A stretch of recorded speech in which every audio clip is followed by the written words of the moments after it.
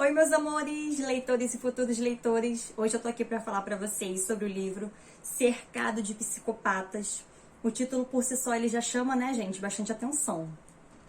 Ele é um livro que vai ajudar você a reconhecer o seu próprio comportamento e as suas próprias fraquezas. Então, vocês sabiam que os psicopatas eles são charmosos, inteligentes, sedutores e carismáticos? Pois é, eles são. E além deles serem mestres na manipulação, eles são extremamente perigosos e egoístas. E é bom a gente saber sobre esse assunto para a gente poder, reconhecer quem são os psicopatas que estão ao nosso redor, quem são os psicopatas que estão na nossa vida. Muitas vítimas dos psicopatas, elas perdem a vontade de continuar vivendo, sabe? Infelizmente. Elas desistem e correm o risco de atrofiar mentalmente. Algumas vítimas sofrem de tamanho desamparo que elas infelizmente tiram até a própria vida. Muitos psicopatas costumam geralmente falar muito rápido e nem sempre a gente consegue acompanhar as ideias deles. São pessoas encantadoras, sorriem muito e distribuem muitos elogios. Eles são do tipo que acham que estão acima de todos nós e que merecem mais sucesso na vida do que nós. Os psicopatas, eles leem as fraquezas das outras pessoas com muita facilidade e usam essas fraquezas para poder enganar e iludir as pessoas. Engana-se quem acha que eles têm emoções, medo, horror, preocupação, remorso, porque eles não têm.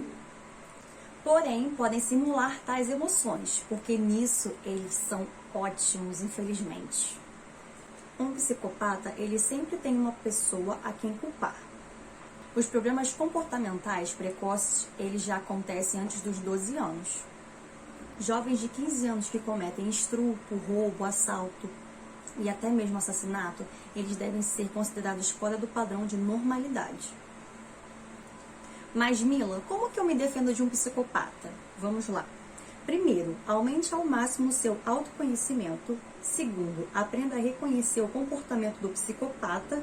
Terceiro, decida o grau de respeito por si próprio que você merece. Bastante simples, não é? Agora eu vou falar sobre o sistema DISA. Afinal, o que é o sistema DISA? São os tipos de personalidades que podem ser traduzidos em cores. A capa do livro ela é assim, ó. Então, meus amores, eu vou começar agora falando sobre a cor vermelha, que é o comportamento dominante. É o que vemos em indivíduos extrovertidos, guiados por tarefas, com um ritmo acelerado em tudo o que fazem. São motivados, visionários, solucionadores de problemas, preocupados com resultados e em atingir metas. Gostam de atividades e logo se cansam se as coisas ficarem paradas por muito tempo. Agora eu vou falar sobre a cor amarela, que é o comportamento influente. Pessoas extrovertidas, felizes e criativas, que se comunicam de maneira fácil e tranquila com qualquer um.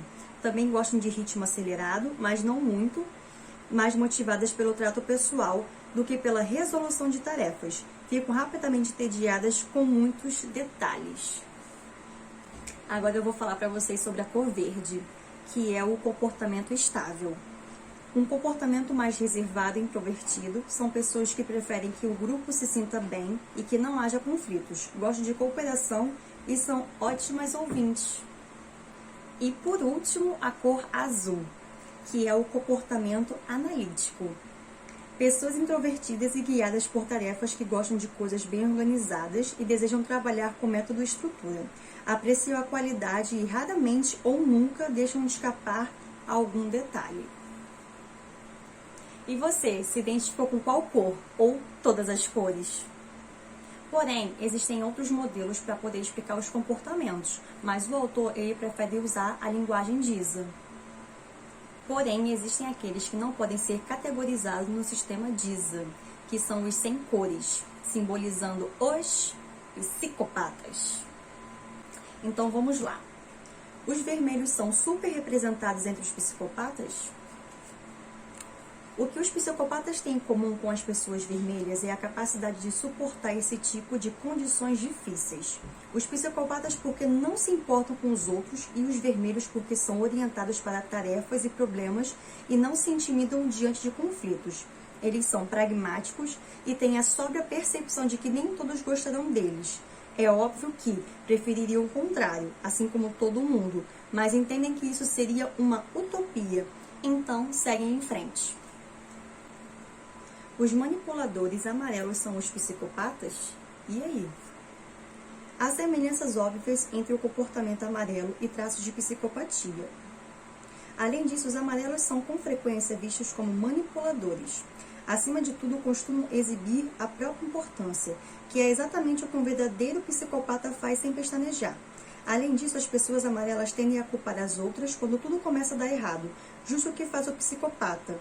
Sei que não é uma descrição particularmente agradável, mas por que não ver as coisas com o distanciamento necessário? Um trecho que me chamou a atenção foi esse aqui também. Não é verdade que os psicopatas nunca mudam. Eles mudam de máscara e de alvo. Essa frase é de um autor desconhecido e ela é muito verdadeira. E você sabia que o psicopata, ele leva uma vida promíscua? E quando ele está num relacionamento, ele não consegue ser fiel. Como um psicopata manipula uma pessoa verde? Portanto, se quiser atingir uma pessoa verde, o psicopata tenderá a direcionar seus ataques à sensibilidade às críticas e ao medo de conflitos que os verdes sentem. Mas, Mila, como um psicopata manipula uma pessoa azul?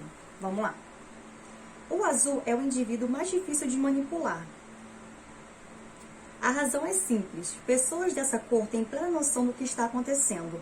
Elas sabem o que você disse e se lembram dos detalhes. Registram por escrito o que ouvem, guardam e-mails e sabem como as coisas funcionam.